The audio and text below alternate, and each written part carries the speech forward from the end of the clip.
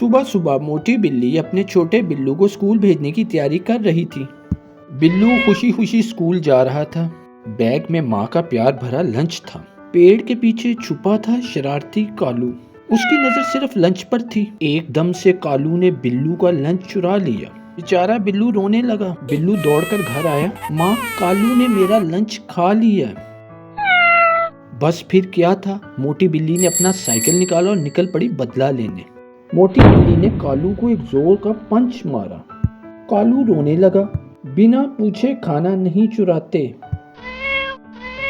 तभी एंट्री हुई ब्लैक बिल्ला की, जो कालू का बाप था।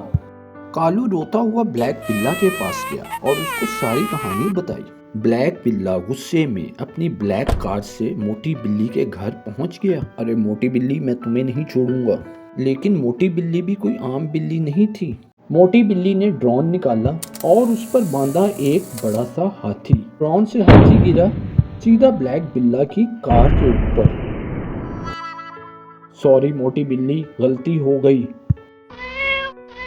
सब मिलकर पार्क में चाय पी रहे थे। दुश्मनी गई और दोस्ती आ गई। और मज़ेदार स्टोरीज देखने के लिए मेरे चैनल बचपन कहानी घर को सब्सक्राइब करें।